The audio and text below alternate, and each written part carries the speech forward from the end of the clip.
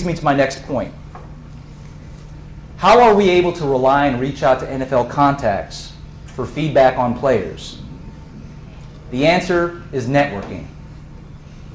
Networking is vital. When I started the company 8 years ago, I realized the singular importance of networking with NFL colleagues, scouts, coaches, personnel directors, GMs. I attempted to take full advantage of every opportunity to press the flesh, meet an NFL team representative face-to-face, whether it be at the Combine, a college pro day, a postseason all-star game such as the Senior Bowl. I introduced myself. I exchanged business cards, and I established a relationship. I still employ the same tenacious, methodical approach to networking today. For instance, I attended the University of South Florida Pro Day last Thursday in Tampa. Our client, Jaquan Williams, linebacker from South Florida, whom I believe is the most explosive linebacker in the draft. I may be a little bit biased, but that's my opinion. 6'3", 231 pounds, ran a 4.53 that day on a windy field on grass. Very explosive player. Speed translates to the field. Looked exceptional in positional drills. I wanted to make sure that the teams in attendance realized that his athleticism did in fact translate in between the white lines.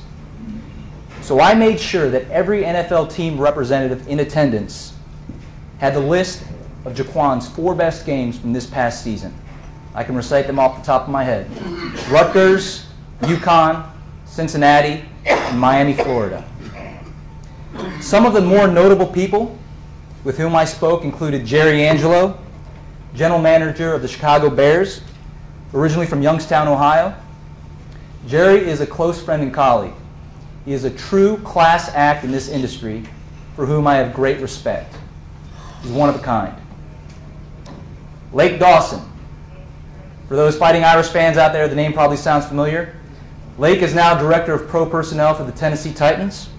He was 1 year ahead of me. He's a fellow Golden Domer. 1 year ahead of me at Notre Dame. 7-year NFL veteran for the Kansas City Chiefs. And he was part of the greatest recruiting class in college football history, I believe. Notre Dame's class of 1990, which included 5 first-round picks, Jerome Bettis, Bryant Young, Aaron Taylor, Tom Carter, and Jeff Burris, and 14 overall draft picks who played in the NFL out of 1 recruiting class.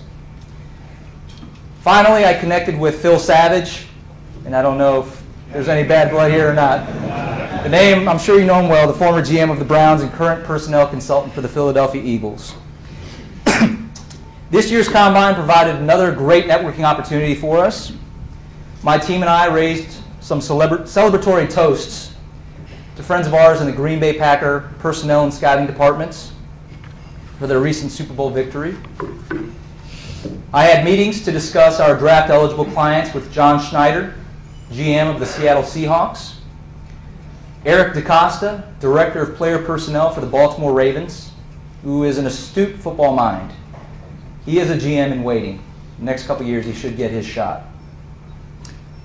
I also had a meeting with George Atala, Assistant Executive Director for the NFLPA, to get some late updates on the CBA negotiations at the time. Finally, I caught up with some media friends, Young Masuk, Calvin Watkins, and Mike Reese, football beat writers for ESPN New York, ESPN Dallas, and ESPN Boston, respectively. I cannot stress enough the singular importance of networking and creating goodwill within this industry. Goodwill is not only the grease that gets deals done, it is the fuel that gets you there in the first place. Our relationships with true decision makers on all levels of all 32 NFL teams have been the catalyst for our success. Contract negotiation is the true measuring stick of any agent. I approach every negotiation with the supreme confidence that I will negotiate the best deal possible for my client. We were the first agency to negotiate 53-man roster salary for a practice squad player in the fall of 2002. I believe that my educational background, my legal experience, and my knowledge of the CBA, or the previous CBA, provide me with a tangible competitive advantage against any agency or team during a real-life negotiation. Thorough preparation, research, creativity, and meticulous attention to detail are trademarks of my negotiation methodology. I use what's called an integrative approach rather than a distributive approach to contract negotiations. To further illustrate, we can use the example of an orange. Let's say you and I both want an orange. Under the distributive approach, either you get the orange or I get the orange. There are no two successful outcomes in this scenario. There's one winner, one loser. Under the integrative approach, you and I will sit down and find out the exact reasons why we want the orange. And let's say you want the orange because you want to use the rind to make cake batter. And I want the orange because I want to use the pulp to make juice.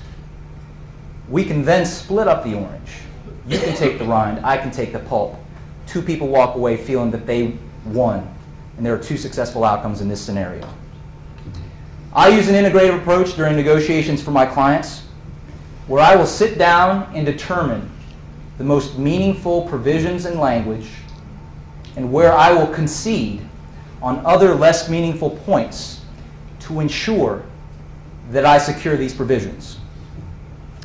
One example of a meaningful contract provision, which should be negotiated very carefully, is something called signing bonus default language.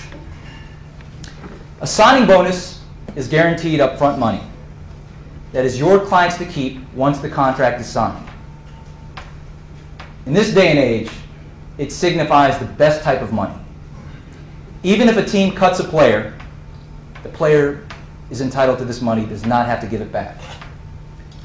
That being said, nowadays, with character being such a huge issue and a huge concern for NFL teams, every NFL team is inserting language in their NFL player contracts requiring players to pay back their signing bonus or a portion thereof if they commit a multitude of offenses, such as failure to practice or play, suspension for violation of the league's substance abuse policy, or conduct detrimental to the team. One way to combat the ambiguously phrased conduct detrimental to the team is to narrow down the language as specifically as possible. For instance, instead of conduct detrimental, I would propose conviction for a felony offense in the jurisdiction where the team is located.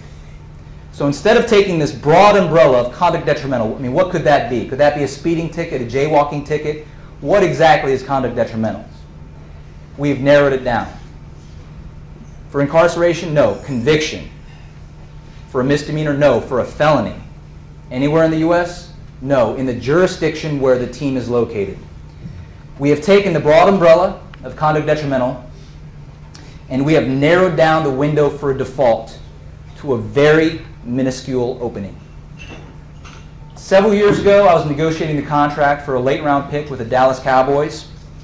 The I's were dotted, the T's were crossed, we were ready to go.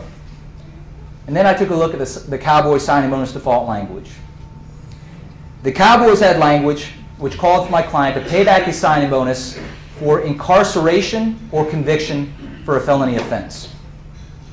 And after looking at that language, it didn't sit right with me. And I thought about it more, and I thought about it more.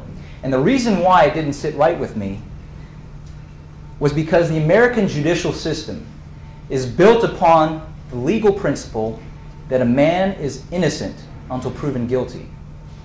And I could think no further than recent high-profile sports figures who were incarcerated for felony offenses, but who were later exonerated and found not guilty. Ray Lewis, for instance, Kobe Bryant. I refused to sign. I went back to Todd Williams, the negotiator for the Cowboys, and I said, I need you to remove and strike the word incarceration. Todd Williams, and this is a few days before camp, he was exasperated. He came back to me and said, look, Tony Romo has this in his contract. Terrell Owens has this in his contract. They didn't say anything. I told Todd, I said, Todd, with all due respect, I'm not representing Tony Romo. I'm not representing T.O. This is my client, and I need this to be taken care of. So we were going back and forth for a couple days until Todd finally provided something called course of dealing information for the Cowboys. Now, course of dealing is a legal principle which basically means, in a nutshell, that if a team has a certain pattern of doing things a certain way for years, and you rely upon that pattern, all of a sudden they can't switch up on you and reverse field and do something totally different. It's a legal principle, it's a legal precedent. You can rely upon that to a certain extent. Not as good as a contract, but you can definitely go to court with it. Todd Williams told me the Cowboys' course of dealing, ever since Jerry Jones bought the team in 1989, Jerry Jones had never gone after a player's signing bonus. And there was a player named Dwayne Goodrich, defensive back from Tennessee, played with the Cowboys in the late 90s, around 2000. Dwayne Goodrich was convicted for vehicular homicide in 2001. He's still serving time. Jerry Jones did not go after his signing bonus. With that information in hand, that legal precedent and assurance in place, we signed. But not before I felt that I had fully protected my client's best interests under the four corners of that agreement. Where does it all lead? What is the end goal? The pure joy, satisfaction, and fulfillment that comes from dedicating yourself, mind, body, and soul to helping a young man in whom you believe, not only as a football player, but as a person, achieve his lifelong dream of playing in the NFL, so he can then take care of his family, use his platform and success as a professional athlete to give back to his community and make a difference. They say you can never pay it back, but you can always pay it forward.